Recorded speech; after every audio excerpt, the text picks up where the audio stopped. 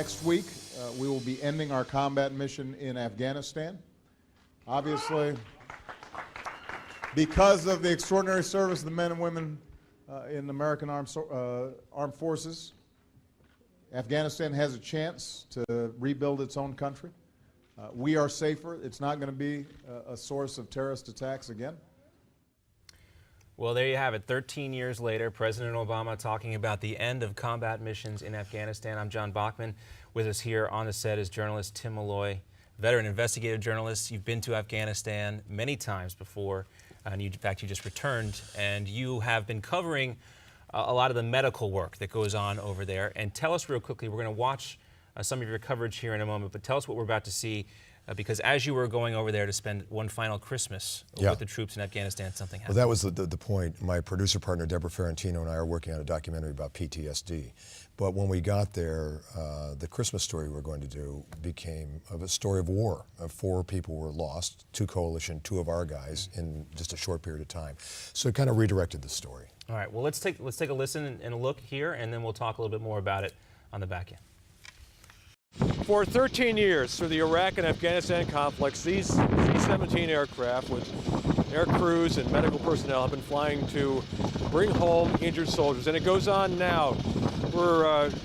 Christmas not far away at all. The fighting season has wound down in Afghanistan, and yet they will be bringing back critically injured soldiers. So this is a mission that has gone on for more than a decade and sustained by extremely dedicated people. In a country where virtually no one celebrates Christmas or Hanukkah, on an airbase that's been targeted by mortar attacks, IED blasts, and small arms fire for 13 years, the holiday decorations are dutifully put up again. Incongruous, but important, as despite the pullout of troops, thousands of American service members remain and will pass yet another holiday in this cold and dangerous place. It's a work in progress. There it is. So are you doing the decoration? It's kind of a collective effort. The Christmas trees are imported. The USO serves up good cheer, but the danger just outside the wire is always top of mind. If you think the United States and coalition forces have slowly slipped into quiet retreat here, they've not. It's still a very dangerous place. Not long ago, 10 days ago, 2 coalition soldiers were killed by a mortar not far from where I'm standing right here at the base in Bagram. So it does go on, and mindful of that, all the many thousands of U.S. soldiers and coalition forces who are still here, missing families, and families back home who understandably are still very worried about them. So what are we looking at here? These are my kids, Major and Ellen Carroll. She graduates this year. They're at a beauty and bow pageant. They both won. What do we got here? This is my daughter. Oh, beautiful. That's tough. Yep. I heard it crack. I heard it crack. Tough guys can crack. Oh, yeah.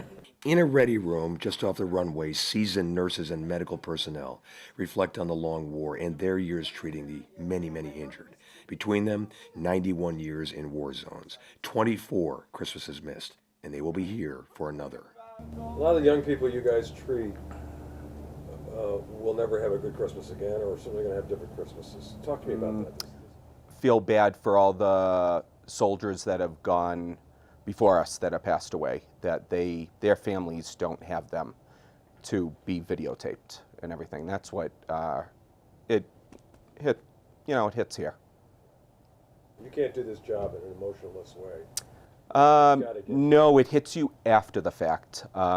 You see the faces, you see the people that you take care of. It's melded in your head. I can still see the patients that I've taken care of back in 2002. Lieutenant Colonel Bert Sullivan, a mission flight nurse from Mississippi, has been deployed 13 times since Somalia back in the 80s. So I was thinking about what Chris just said. It's kind of like a, I don't know, like a flicker camera. You bring them home to see their family for the last time as well. So we're not only bringing home the wounded that can walk away and say, thank you for your service. There's people that we bring home so their families can say goodbye to them in the States. And that's rough. There's still people in harm's way. They get hurt. Still.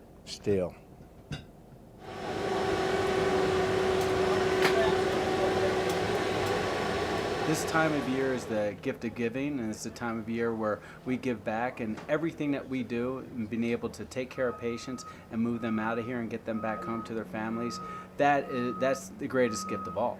You know? Asked to assess the courage of the patients they treat, the nurses agree on one thing. And you do see everything out here. It's enlightening if you've never done it before, because even these kids that are missing arms and legs still want to come out and continue to fight with their brothers and sisters. The run-up to the holidays has been especially violent. 20 people killed in 3 separate Taliban attacks, 2 U.S. soldiers, one from New York City, one from Arizona among them. They were killed by a suicide bomber just outside the gates of the base here at Bagram where we are staying. This soldier survived the attack. He's in critical condition and is being flown to Germany from Afghanistan for treatment. The C-17 flies through the night, the medical teams never leaving the side of the badly injured soldier. He's precious cargo. He is somebody's son. The people ferrying him home to treatment consider this an honor. 22,000 injured soldiers, sailors, airmen, and Marines have been ferried out of Afghanistan and Iraq on these planes in the last 13 years. And there's something the air crews and aeromedical evacuation teams would like you to remember over this holiday season. These young soldiers, I mean, I'm 54 years old, and I've been around a while, but these young kids, 18, 20 years old, they've done amazing things, and America should be proud of them. I know that I am. I know there's a lot of things going on in the U.S. that's probably distracted from the wars that we have gone through, especially the one we're still in right now. Don't forget, we do have people deployed. Remember them, say a prayer for them, and light a candle. Of the troops that we have deployed, that we're taking care of your sons, we're taking care of your daughters. And we're gonna, if they come to us alive, we're gonna do our best to get them back home to you. We exist for their worst day. And unfortunately, bad things are still happening. But like I said before, we're gonna do our best to get them back. They're heroes out there. Don't forget about them. Away from here, that one guy who said that he remembers every face that he's treated since 2002. We think about wars in this country historically, World War II lasting 4 or 5 years, Vietnam War obviously much longer than that. This is a very, very long war and a deeply impactful one. Almost generational long now. And the fact that, the point of this, John, the whole trip is that we're still there, and 4 people died when I was there, and that was just a couple days ago. So, a reminder that we got people under fire. Still very much hot zone. We'll ask you to stick around, Tim. We got to get to a news update here coming up in 10 seconds. We want to keep talking about this. We're sticking around here on America's Forum. Make sure you do too right after this Newsmax Now update.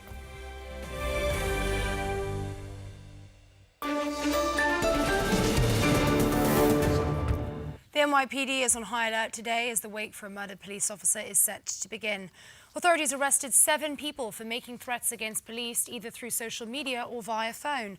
The crackdown comes after 2 officers were ambushed and killed last week while sitting in their patrol car in Brooklyn.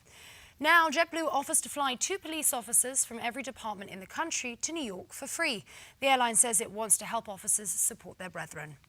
And former President George H.W. Bush remains in Houston Hospital today. He was hospitalized after experiencing shortness of breath earlier this week. A spokesman for the 90-year-old says Bush is doing well and is in great spirits. And police in Philadelphia help a woman deliver a baby aboard a subway last night. Mum and Christmas baby are now resting at a local hospital. I'm Francesca Page. We'll have another update coming for you at the top of the hour.